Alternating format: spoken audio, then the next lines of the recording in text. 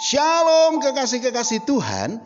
Renungan pada hari ini berjudul Teladan Orang Majus. Sebelum kita mendengarkan renungan pada saat ini, marilah kita sama-sama mengawalinya dengan berdoa.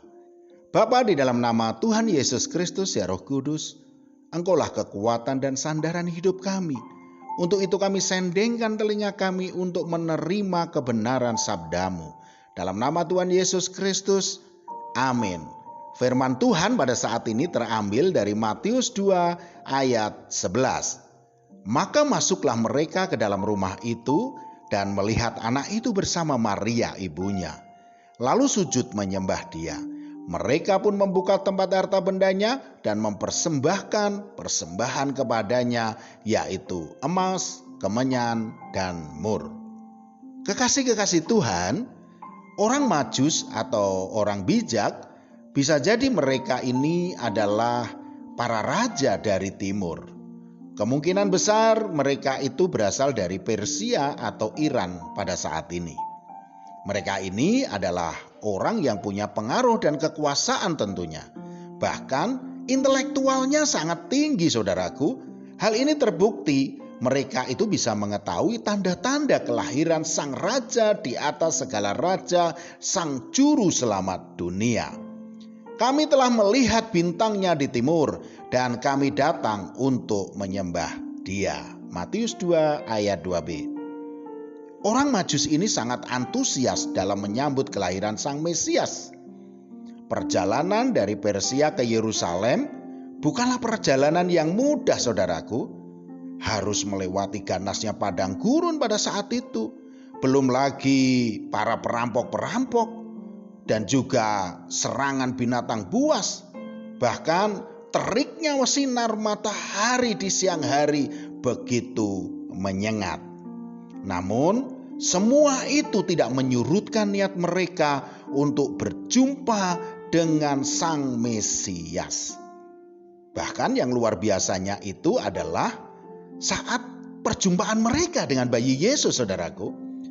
Mereka yang adalah orang-orang intelektual berdarah biru yang punya kekuasaan, namun ketika dihadapkan pada Tuhan Yesus, mereka bisa mengenali bahwa Dia yang dihadapannya ini adalah yang maha mulia, Raja di atas segala raja, Yesus Kristus. Maka mereka menanggalkan segala atribut kebangsawanannya dengan merendahkan diri, sujud menyembah Yesus.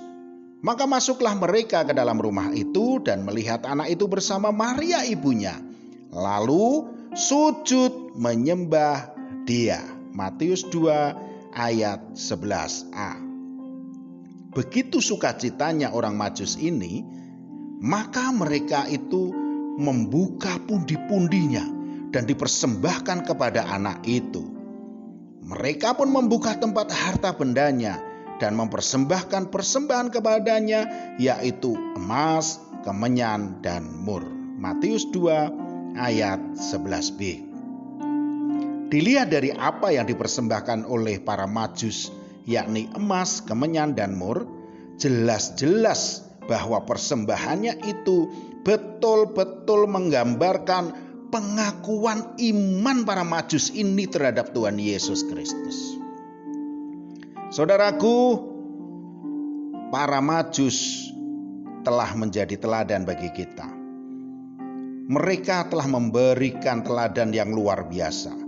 Untuk bisa berjumpa secara pribadi dengan Tuhan Yesus, diperlukan niat atau kesungguhan, walaupun banyak rintangannya. Teladan lainnya, yakni siapapun kita dan apapun gelar kita, kekuasaan kita serta posisi kita, tidak pada tempatnya ada kesombongan itu terjadi pada diri kita.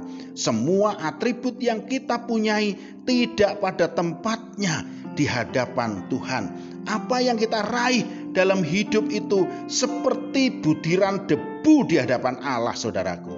Keangkuhan merendahkan orang, tetapi orang yang rendah hati menerima pujian. Amsal 29 ayat 23. Saudaraku, Tuhan menentang orang-orang yang sombong, congkak, dan angkuh.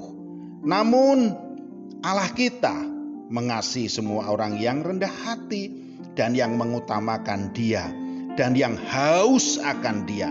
Dan Dia sangat mencintai orang yang merendahkan hati dan sujud menyembah kepadanya, yaitu kepada Tuhan Yesus dengan ketulusan dan kesetiaan. Amin. Mari kita berdoa.